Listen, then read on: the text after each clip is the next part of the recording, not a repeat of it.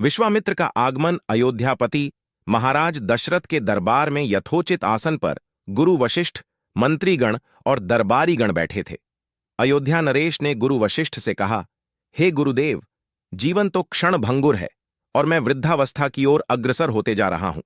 राम, भरत, लक्ष्मण और शत्रुघ्न चारों ही राजकुमार अब वयस्क भी हो चुके हैं।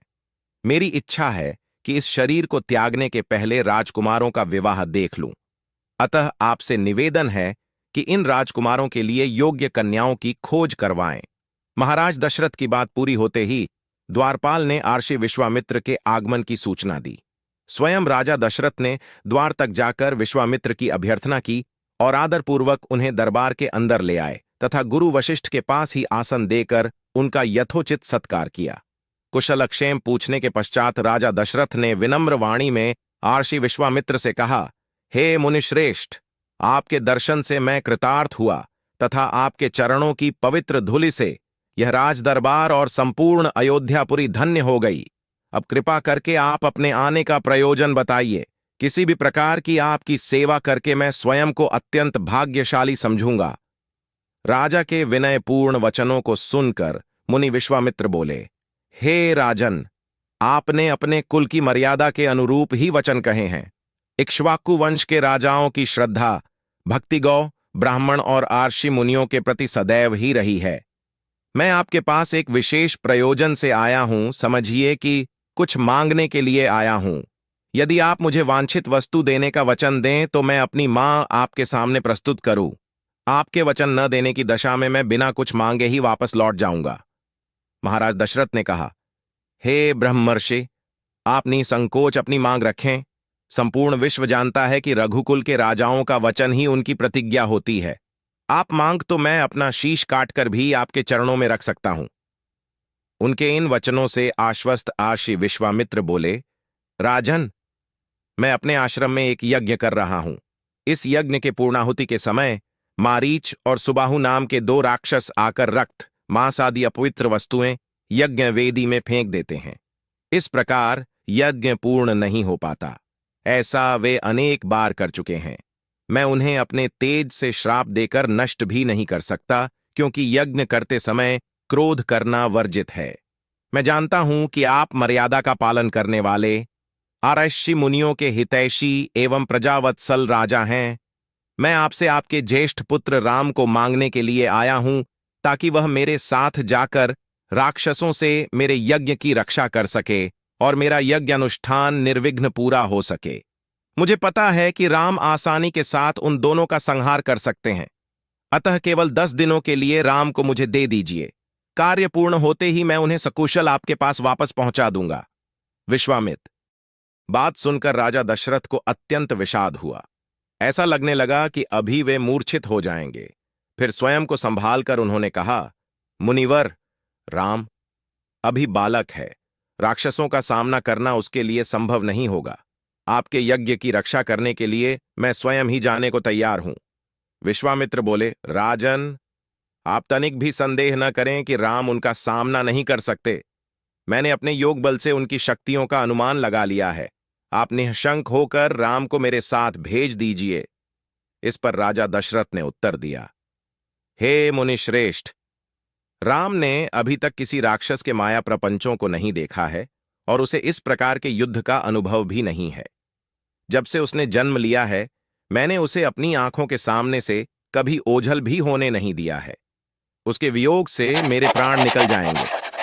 आपसे विनय है कि कृपा करके मुझे ससैन्य चलने की आज्ञा दें।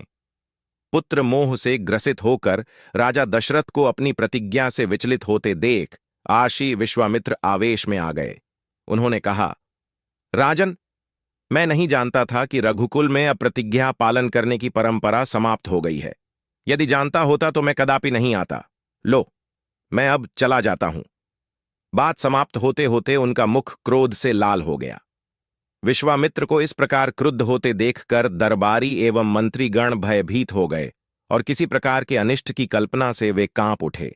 गुरु वशिष्ठ ने राजा को समझाया, हे राजन, पुत्र के मोह में ग्रसित होकर रघुकुल की मर्यादा, प्रतिज्ञा पालन और सत्यनिष्ठा को कलंकित मत कीजिए। मैं आपको परामर्श देता हूं कि आप राम के बालक होने की बात को भूलकर एवं निःशंक होकर राम को मुनिराज के साथ भेज दीजिए। महामुनि अत्यंत विद्वान, नीति निपुण और अस्त्र शस्त्र के झांता हैं। मुनिवर के साथ जाने से राम का किसी प्रकार से भी अहित नहीं हो सकता, उल्टे वे इनके साथ रहकर शस्त्र और शास्त्र विद्याओं में अत्यधिक निपुण हो जाएंगे तथा उनका कल्याण ही होगा। गुरु वशिष्ठ के वचनों से आश्वस्त होकर राजा दशरथ ने राम को बुला भेजा। राम के साथ साथ लक्ष्मण भी वहां चले आए। राजा दशरथ ने राम को आर्षि विश्वामित्र के साथ जाने की आज्ञा दी। पिता की आज्ञा शिरोधार्य करके राम के मुनिवर के साथ जाने के लिए तैयार हो जाने पर लक्ष्मण ने भी आर्षि विश्वामित्र से साथ चलने के लिए प्रार्थना की और अपने पिता से भी राम के साथ जाने के लिए अनुमति मांगी। अनुमति मिल जाने पर राम और लक्ष्मण सभी गुरुजनों से आशीर्वाद लेकर आर्षि विश्वामित्र के साथ चल पड़े। समस्त अयोध्या वासियों ने देख कि मंद धीर गति से जाते हुए मुनिश्रेष्ठ विश्वामित्र के पीछे पीछे कंधों पर धनुष और तरकस में बाण रखे दोनों भाई राम और लक्ष्मण ऐसे लग रहे थे मानो ब्रह्मा जी के पीछे दोनों अश्विनी कुमार चले जा रहे हों। अद्भुत कांति से युक्त दोनों भाई गोह की त्वचा से बने दस्ताने पहने हुए थे। हाथों में धनुष और कटी में तीक्ष्ण धार वाली कृपाणें शोभायमान हो रही थीं। ऐसा प्रतीत होता था मानो स्वयं शौर्य ही शरीर धारण करके चले जा रहे हों। लता विटपों के मध्य से होते हुए 6 कोस लंबा मार्ग पार करके वे पवित्र सरयू नदी के तट पर पहुंचे। मुनि विश्वामित्र ने स्नेहयुक्त मधुर वाणी में कहा, हे वत्स, अब तुम लोग सरयू के पवित्र जल से आचमन स्नानादि करके अपनी थकान दूर कर लो, फिर मैं तुम्हें प्रशिक्षण दूंगा। सर्वप्रथम मैं तुम्हें बला और अतिबला नामक विद्याएं सिखाऊंगा। इन विद्याओं के विषय में राम के द्वारा जिज्ञासा प्रकट करने पर आर्षि विश्वामित्र ने बताया, ये दोनों ही विद्याएं असाधारण हैं। इन विद्याओं में पारंगत व्यक्तियों की गिनती संसार के श्रेष्ठ पुरुषों में होती है। विद्वानों ने इन्हें समस्त विद्याओं की जननी बताया है। इन विद्याओं को प्राप्त करके तुम भूख और प्यास पर विजय पा जाओगे। इन तेजोमय विद्याओं की सृष्टि स्वयं ब्रह्मा जी ने की है। इन विद्याओं को पाने का अधिकारी समझकर मैं तुम्हें इन्हें प्रदान कर रहा हूं। राम और लक्ष्मण के स्नानादि से निवृत्त होने के पश्चात विश्वामित्र जी ने उन्हें इन विद्याओं की दीक्षा दी। इन विद्याओं के प्राप्त हो जाने पर उनके मुखमंडल पर अद्भुत कांति आ गई। तीनों ने सरयू तट पर ही विश्राम किया।